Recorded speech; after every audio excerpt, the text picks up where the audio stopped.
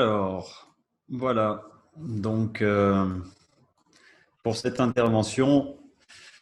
le- la thématique centrale va être le rôle de l'eau en tant que vecteur de toute information sur notre conscience d'être. Et la première partie qui sera plus centrée autour de l'eau, je vais faire quelques rappels essentiels et rapides par rapport à l'eau, à la qualité de l'eau. Une deuxième partie qui sera plus centrée sur l'information de l'eau avant d'aborder plus en profondeur cette thématique spécifique de l'information, de l'eau en tant que vecteur d'information sur notre conscience d'être, puisque c'est plus Jean-Louis qui va aborder ça. Quelques informations sur qui nous sommes et d'où nous venons. Alors, en ce qui me concerne, je suis auteur-réalisateur de films documentaires sur l'eau, dont L'eau, la médiatrice, le premier film qui a traité du sujet de René Quinton, qui a travaillé sur l'eau de mer, Marcel Violet, sur la biodynamisation de l'eau, chercheur français, et Louis-Claude Vincent sur la bioélectronique. Et puis un autre film aquanime qui est spécifiquement dédié sur la dynamisation de l'eau. Et d'ailleurs, c'est à l'occasion de la réalisation du premier film, L'eau, la médiatrice, que j'ai rencontré Jean-Louis, il y a donc un peu plus d'une dizaine d'années, qui lui-même menait des recherches sur l'eau à travers sa technique de la Biomusic One. Voilà, par ailleurs, je mène des recherches indépendantes toujours sur ce sujet et ça m'a donné l'occasion de faire de nombreuses conférences sur la thématique de l'eau, également de créer l'association Water for World pour la purification de l'eau dans le monde et la conception des systèmes amylo. Voilà. Jean-Louis, si tu veux te présenter, tu peux… Oui, si tu veux, en quelques mots, je suis été dans la musique, donc je suis auteur, compositeur, interprète et producteur de musique. J'ai monté mon label L'Oréal Musique en 95, donc ça fait 25 ans, et je me suis toujours intéressé à l'impact de la musique. Quand j'étais très jeune, je voulais être une star et je me suis rendu compte que quand je composais ou j'essayais d'avancer dans cet état d'esprit, mon corps me faisait comprendre que ce n'était pas la bonne chose à faire. Je vous passe les détails, mais ça rejoindra dont je vous parlerai plus tard. Mais j'avais vraiment des réactions au niveau du corps qui m'empêchaient littéralement de faire la musique. Quand je me mettais sur mon clavier pour composer, j'avais les boyaux qui me torturaient. Et quand je m'arrêtais, ça s'arrêtait. Le jour où j'ai compris que je devais faire la musique, pas pour mon ego et mon succès personnel, mais pour vraiment être au service de mon prochain, c'est là que tout est parti et que le véritable chemin a commencé. Et donc, je me suis très vite intéressé à l'étude de l'impact des vibrations sonores sur le monde vivant. C'est à ce moment-là que j'ai rencontré d'ailleurs mon collègue Robert Lissald, avec qui je suis co-créateur de Biomusic One, donc du procédé Biomusic One, dont je vous parlerai tout à l'heure, et qui nous a permis donc de mettre au point ce procédé qui permet réellement d'aider tout un chacun à, je le verrai tout à l'heure, comment et pourquoi, à mieux se prendre en charge et à s'éveiller à une nouvelle conscience de lui-même ou d'elle-même. Et donc, pour cela, ça fait près de 12-13 ans maintenant que je fais des conférences peu partout dans le monde entier. J'ai fait plus de 500 conférences et ateliers en Europe, au Canada, en Russie. Et voilà, et nous avons aidé des dizaines de milliers de gens, et même des centaines de milliers de gens à ce jour, qui utilisent régulièrement la biomusique à trouver un meilleur équilibre bien-être et un meilleur capital santé-conscience, si je puis dire. Merci Jean-Louis. Alors, je vais poursuivre.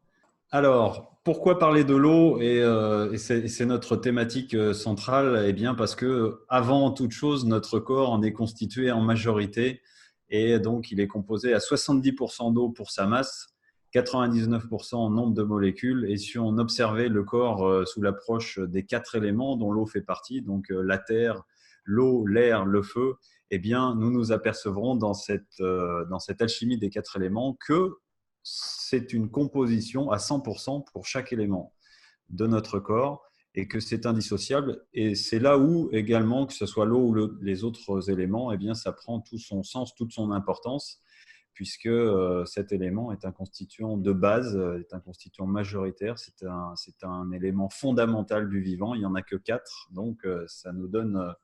la valeur que ça peut avoir, de s'y intéresser et de comprendre en fait comment fonctionnent ces éléments et quelles sont les interactions que nous pouvons avoir à travers ces 4 éléments dont l'eau fait partie. Et on va voir quelle place plus particulièrement joue le rôle de l'eau au niveau de l'organisme et également à travers surtout ce que l'eau va permettre de transmettre à l'organisme. Alors, juste pour rappeler et pour quand même s'interroger, c'est vrai que,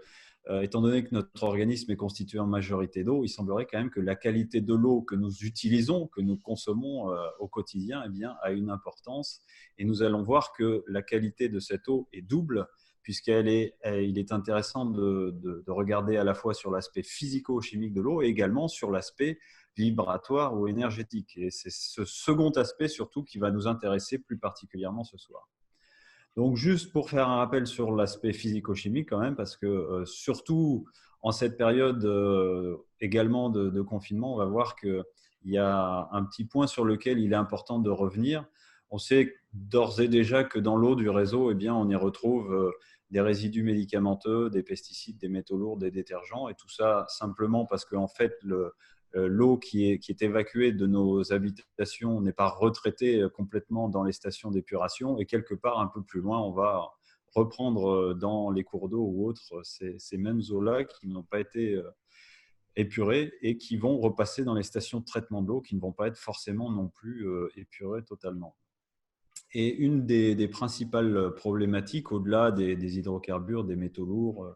et des résidus médicamenteux, c'est la problématique du chlore qui est importante et qui l'est d'autant plus en cette période-là où, eh bien, à travers les problématiques que nous avons avec le confinement, les virus, eh bien, il y a eu des augmentations par mesure de sécurité et parce qu'il y avait une utilisation moins importante de l'eau du réseau, notamment des entreprises, il y a eu une augmentation du chlore sur l'eau du réseau. Et cette augmentation, eh bien, elle n'est pas pour favoriser non plus la qualité de l'eau du point de vue de la santé, puisque c'est vrai qu'on nous dit que le chlore est un élément qui est là pour assainir l'eau. En fait, il est là pour détruire les bactéries qui peuvent se retrouver au cours du cheminement de l'eau dans les canalisations jusqu'à nos habitations. Mais il est important de rappeler que ce n'est pas parce qu'on parle du chlore comme étant un élément favorable pour l'assainissement de l'eau que pour autant il va être favorable pour notre organisme parce que le chlore est prévu spécifiquement pour détruire les bactéries. Et quand même, rappelons que notre organisme on est constitué de milliards et de milliards, il y en a plus que des cellules, et que ces bactéries ont une utilité. Si nous n'avions pas de bactéries dans notre organisme, nous n'existerions pas, nous ne pourrions pas vivre purement et simplement. Et au-delà du chlore, il y a une autre thématique qui est moins connue, mais qu'il faut raccorder directement au chlore, qui est la thématique des trihalométhanes, les THM, qui sont en fait des dérivés du chlore, qui sont liés à la dégradation du chlore au cours de son cheminement dans les canalisations où le chlore va bien, être mis en contact de différentes particules, matières organiques, etc. Et c'est là où il va y avoir une dégradation, il y a une transformation chimique. Et on s'est aperçu qu'au-delà de la nocivité du chlore, eh bien, il y a la nocivité avérée également de ces dérivés du chlore et qui peuvent se dériver en plus de 600 sous-produits. Donc ça, au-delà de ce qui n'est pas retenu dans les stations de traitement de l'eau, comme les résidus médicamenteux par exemple, donc qui passent librement dans nos réseaux d'eau sans que personne finalement n'ait une vision claire de ce qu'il y a dedans, bien qu'on sache qu'elles sont présentes dans l'eau, notamment des cours d'eau, ces résidus médicamenteux. Il y a, après la station, donc au moment de la station de traitement de l'eau, une adjonction de chlore et qui va provoquer également l'ensemble de ces dérives, de ces décompositions au cours de son cheminement dans les canalisations jusqu'à nos robinets.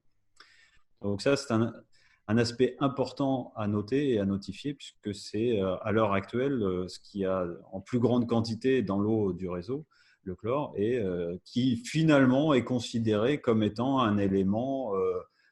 de bonne qualité de l'eau, on pourrait dire, puisque si elle est chlorée, c'est qu'elle est saine. Mais entendons-nous bien sur les termes, ça ne correspond pas à des critères d'eau favorables à la santé. Alors, je ne vais pas en fait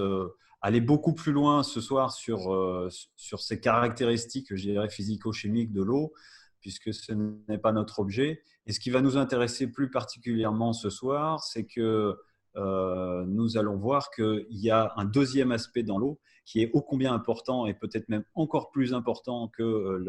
la dimension physico-chimique de l'eau, qui est l'aspect vibratoire, les caractéristiques, on pourrait dire, de cohérence ou de structure ou d'information de l'eau. Donc, il peut être intéressant, évidemment, de filtrer l'eau pour avoir une eau de meilleure qualité chez soi en ce qui concerne la chimie qu'il y a dans l'eau. Mais également, il est intéressant de se questionner sur la nature de la qualité vibratoire ou énergétique de l'eau que nous avons à notre robinet dans notre habitation. Et pour mieux comprendre, interpréter, observer, approfondir, être en résonance avec ces dimensions, je dirais, énergétiques ou vitales de l'eau, eh bien, il est intéressant d'aller voir du côté des propriétés cachées de l'eau, c'est-à-dire ce qui n'est pas mis en général directement en avant, notamment dans les grands médias quand on parle de l'eau, mais qui pour autant fait l'objet d'une multitude de recherches et d'expérimentations depuis des dizaines d'années à travers le monde.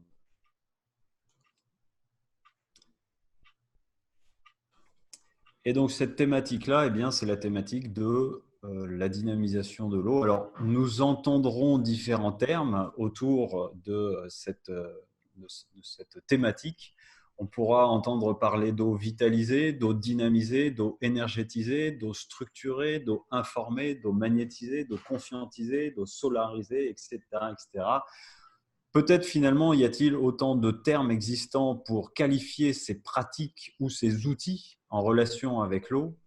qu'il y a d'expérimentateurs, d'utilisateurs ou d'outils eux-mêmes existants en fait pour agir sur l'eau dans cette dimension qu'on peut qualifier de vitale de l'eau. Et c'est ce que nous allons voir ce soir et vous verrez que,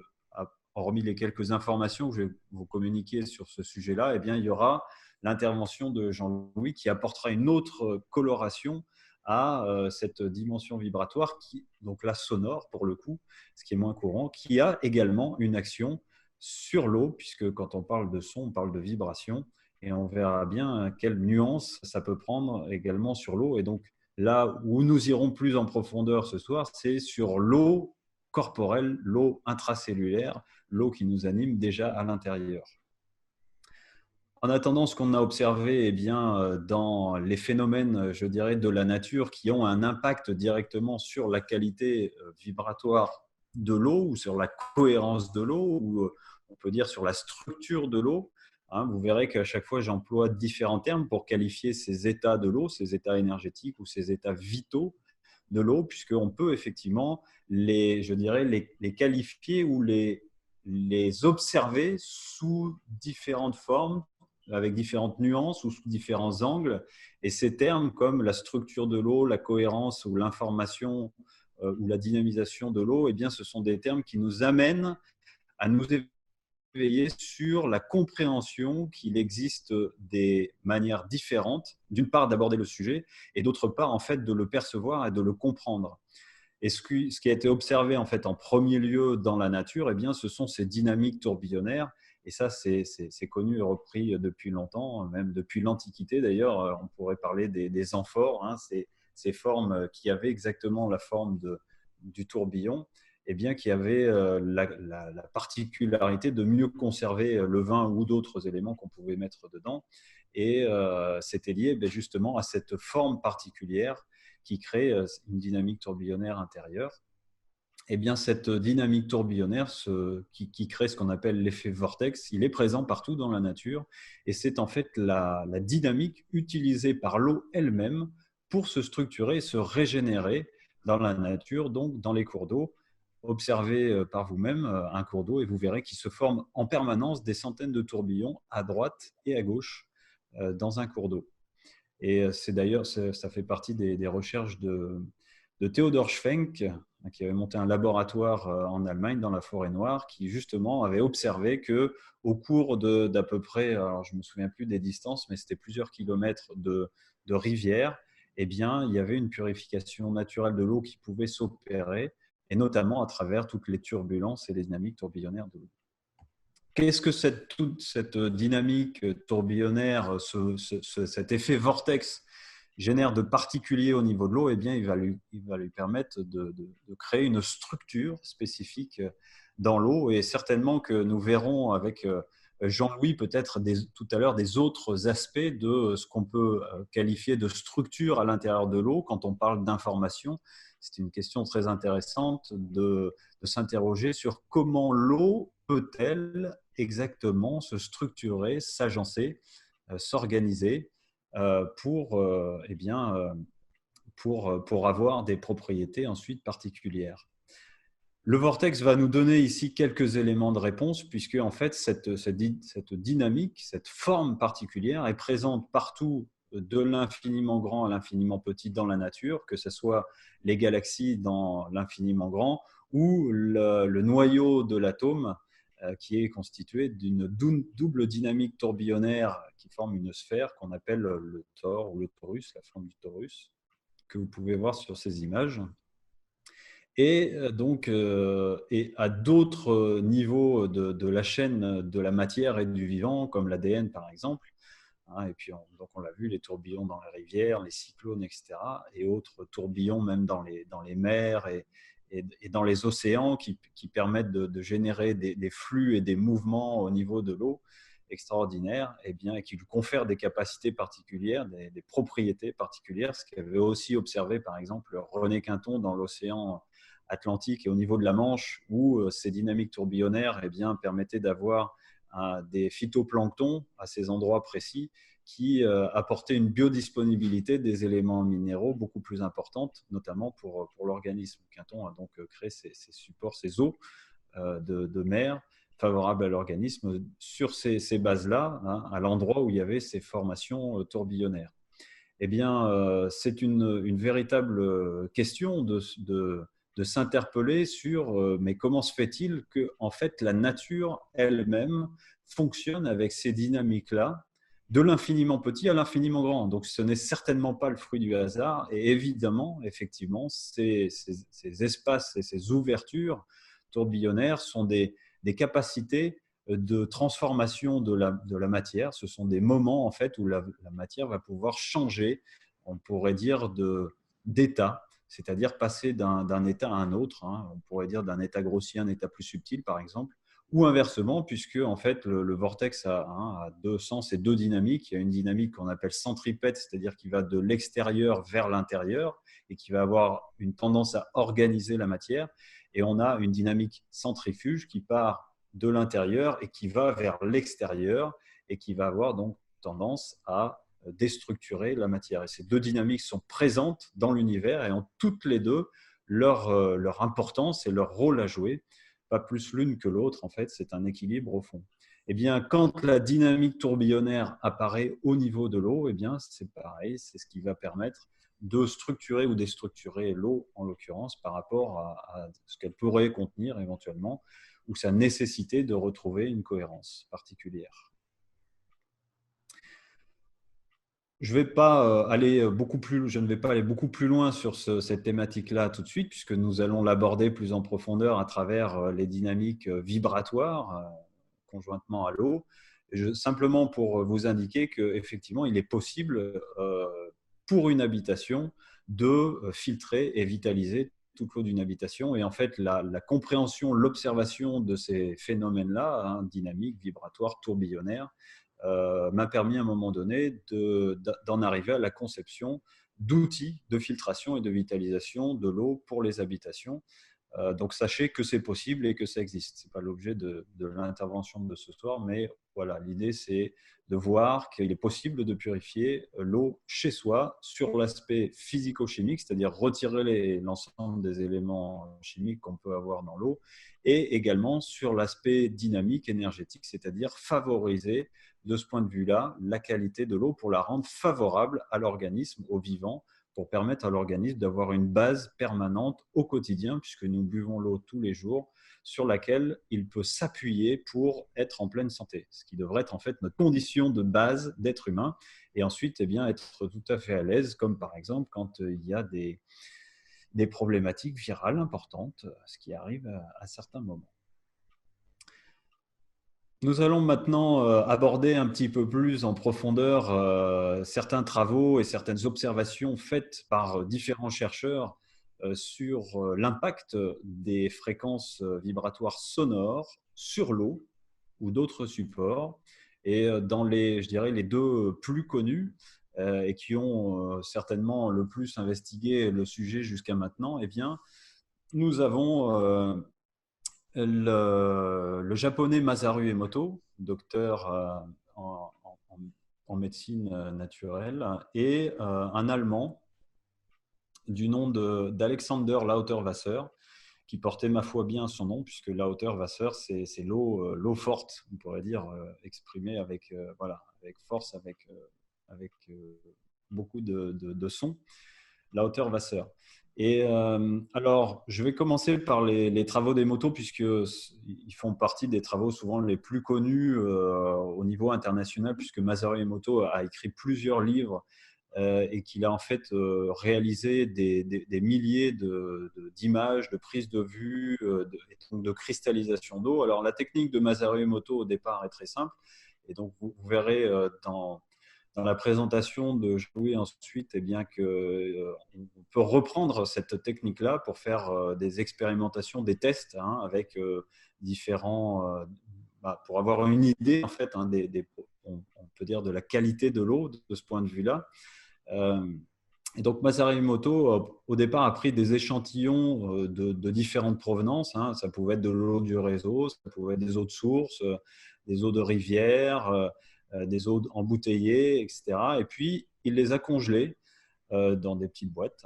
de pétri, de laboratoire. Et ensuite, il a ressorti ces boîtes dans une pièce annexe de son laboratoire sous un microscope à -5 degrés. Il a observé, en fait, au moment où l'eau passait de son stade solide, glace, à un état vaporeux et liquide, dans ces phases d'évolution de l'eau, il a observé en fait ce qui apparaissait comme formation cristalline.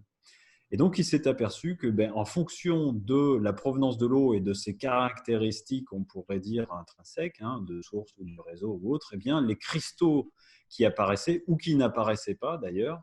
étaient directement liés en fait à la qualité de l'eau. C'est-à-dire que quand il prenait des eaux de source ou dans des environnements préservés et autres, il avait des belles formations cristallines comme certaines que vous pouvez voir en bas, où on peut voir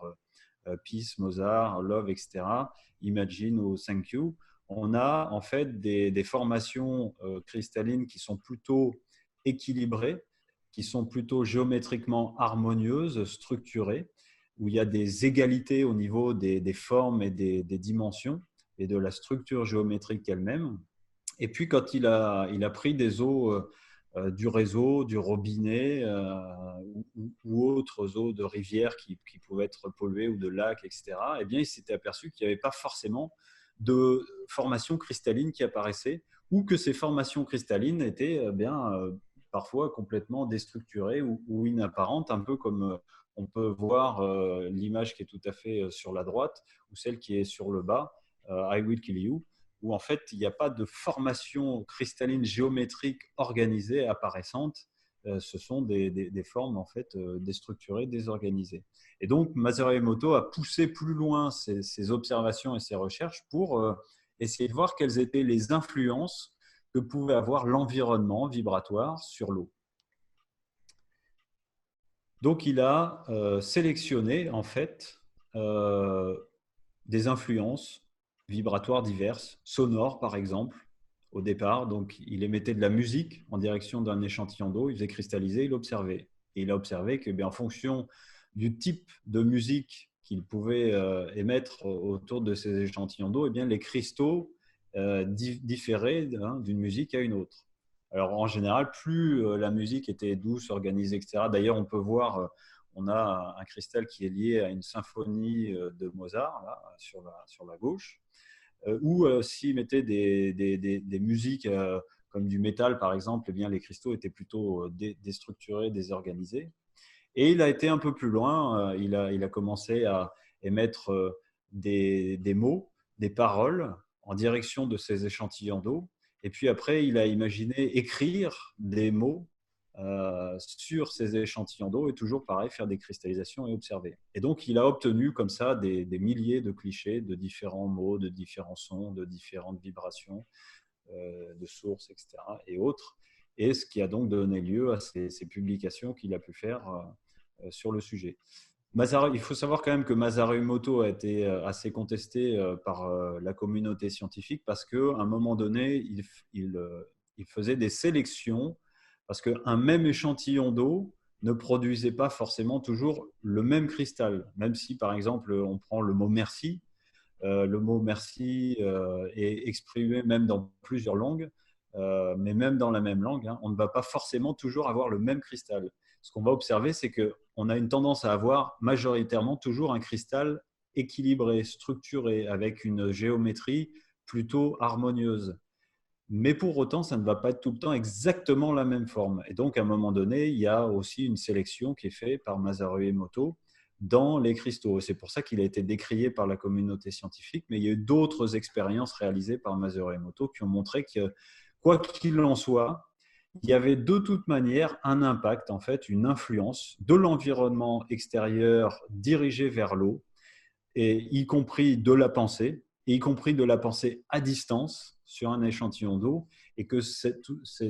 vibrations émises dans la direction de l'eau d'un échantillon d'eau eh bien, généraient des cristaux harmonieux ou disharmonieux en fonction du type de vibration, ou on peut dire d'énergie ou de fréquence qui était émise en direction de ces échantillons d'eau. Et en fait, ce que Masaru Emoto a montré, et là est tout l'intérêt de ses recherches, c'est qu'une fréquence ou une vibration harmonieuse va avoir tendance à créer un cristal harmonieux équilibré, et une vibration, une fréquence disharmonieuse, dissonante, va avoir tendance à créer un cristal déstructuré ou à ne pas créer en fait de cristallisation au niveau de l'eau, pas de cristallisation organisée apparente. Donc cet apport-là est quand même extraordinaire, au-delà des considérations purement scientifiques où la qualité des expérimentations et des interprétations n'était peut-être pas toujours à la hauteur de ce qu'aurait pu attendre la science. Il a quand même au moins démontré et montré au monde, puisqu'il est connu internationalement, qu'il y avait une influence, un impact de l'environnement extérieur dirigé vers l'eau, de l'impact de l'environnement vibratoire sur l'eau, et que eh bien, cela jouait sur l'harmonie ou la disharmonie de l'eau, et que l'eau donc véhicule, puisque tout notre questionnement se trouve ici, c'est de savoir à un moment donné quel va être l'impact de ces vibrations éventuelles extérieures, mais également sur l'eau que nous allons boire, et même sur notre eau intérieure. C'est ce que nous allons voir ensuite avec Jean-Louis. Lauter-Wasser a montré, en fait, à travers ses recherches, des choses qui sont un peu similaires, bien que ici ce soit plus centré sur des fréquences particulières, donc émises avec un appareil générateur de fréquences. Et Lauter-Wasser, en fait, a surtout permis de montrer la relation existante entre certaines fréquences précises, au hertz près ou au dixième de hertz près, la relation donc entre ces fréquences précises et des formes géométriques apparentes. Et on voit notamment dans le film Water, le pouvoir secret de l'eau, à un moment donné, des parties de vidéos qu'a pris lui-même Lauter-Wasser, qu'on peut d'ailleurs retrouver ici dans le petit rectangle bleu qui se trouve sur la gauche, où on a 8 images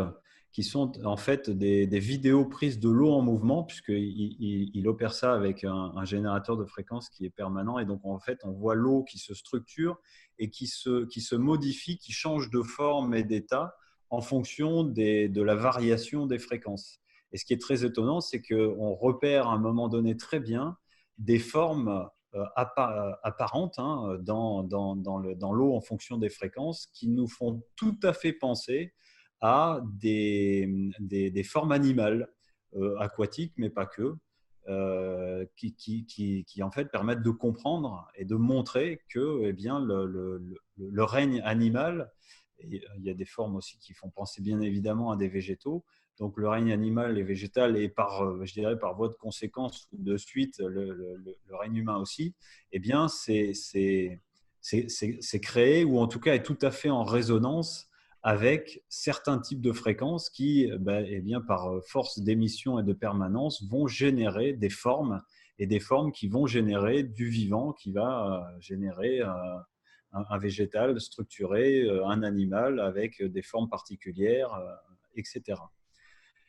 Donc là, c'est vraiment ce que l'auteur Batzer a montré, c'est vraiment la corrélation à travers l'eau, hein, en l'occurrence, mais il a utilisé d'autres supports comme le sable, par exemple, la corrélation entre certaines fréquences et certaines formes particulières. Et effectivement, là encore une fois, dans le travail de Lauter-Wasser, nous nous apercevons que certaines fréquences génèrent des états de structure équilibrés, organisés, harmonieux, et que certaines autres fréquences ne génèrent aucun équilibre de forme ou de structure particulier. C'est-à-dire qu'il y a un brouillage ou un